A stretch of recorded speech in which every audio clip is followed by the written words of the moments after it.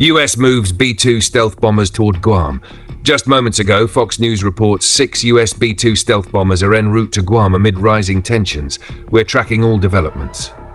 Israel strikes back. Overnight, the IDF intercepted 40 Iranian UAVs, bringing their total to 470-plus drones shot down since Operation Rising Lion, a 99% success rate.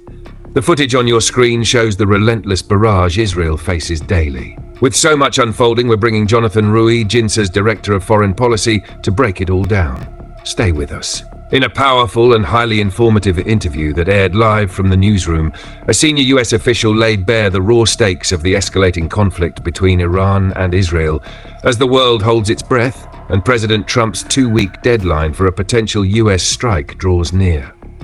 The official's detailed remarks to a prominent news anchor painted a stark picture, not just of looming military decisions, but of the broader geopolitical chessboard in play. The conversation opened with the heart of the matter, Iran's Fordow nuclear site. Buried deep underground, this heavily fortified facility is now the last significant enrichment hub still operational. And it's precisely this site that has put Washington on high alert. With Israel lacking the munitions to penetrate such a hardened target, the question now falls squarely on the US. Will America deploy its B-2 bombers armed with massive ordnance penetrator MOP bunker busters? The official confirmed this is the critical decision point President Trump is weighing. But this moment is about more than just Fordow. It's about America's decades-long red line policy, shared by both Democratic and Republican administrations, that Iran must never obtain a nuclear weapon. So overall, if you stack them up next to each other, Iran's pales in comparison to America's in pretty much every measure. But if you actually turn them and face them head to head, Iran has built its military in a lot of ways to fight us in very specific ways, primarily by threatening all of our bases around the Gulf, around the Arabian Peninsula, and our ability to continue to project power into the Gulf. So Iran takes advantage of the fact that we, the United States, don't have. A military response, while risky, may now be the only card left to enforce that red line. What's at stake, however, isn't just nuclear containment. The official warned that any direct US strike could trigger a regional war. Iran has strategically positioned its military assets to threaten US bases around the Gulf and disrupt global energy supply routes. Unlike Israel, the US doesn't enjoy dense missile defense systems in that region, making its forces far more vulnerable to drone and missile retaliation. This isn't just theoretical.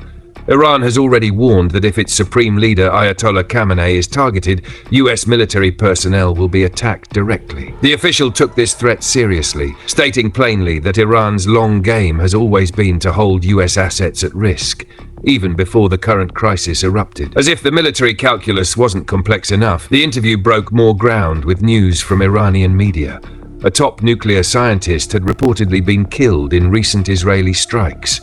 The official didn't mince words, calling the operation one of the most stunning tactical successes in the conflict so far. He emphasized that while the world focuses on physical infrastructure like centrifuge plants, it's the elimination of key personnel, the scientists, strategists, and military architects that can truly cripple Iran's long-term nuclear ambitions. In this sense, Israel isn't just neutralizing hardware, it's deleting software. Speculation surged mid-interview as reports confirmed US B-2 stealth bombers were headed to Guam. While such movements might seem routine, the official noted that context is everything. If the bombers stay in Guam, it may simply be a show of strength. But if they move to Diego Garcia, a US-British base within direct strike range of Iran, that's a signal the US is preparing for action. The implication was clear. Military optics matter, and both Tehran and Tel Aviv are watching every signal Washington sends.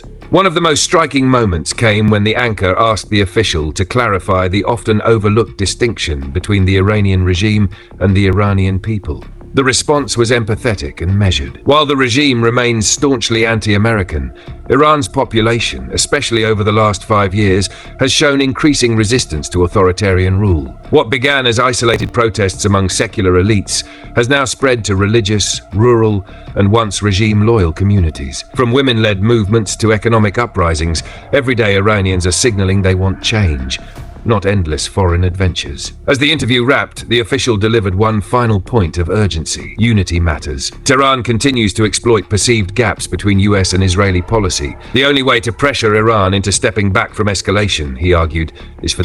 I certainly think so. It goes back to my earlier point about how Iran has built a lot of its military forces to target our bases and our partners in the Gulf.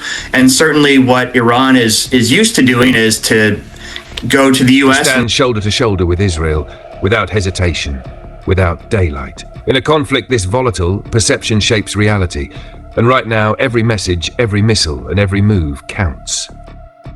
And stop issuing escalatory threats is for there to be zero daylight, as we say, between the United States and Israel. We saw in the opening clip there, Trump was talking about how Iran's negotiations with the Europeans didn't go very well. I would say that's the fault of Iran, and ultimately, there's a role for the U.S. to play there.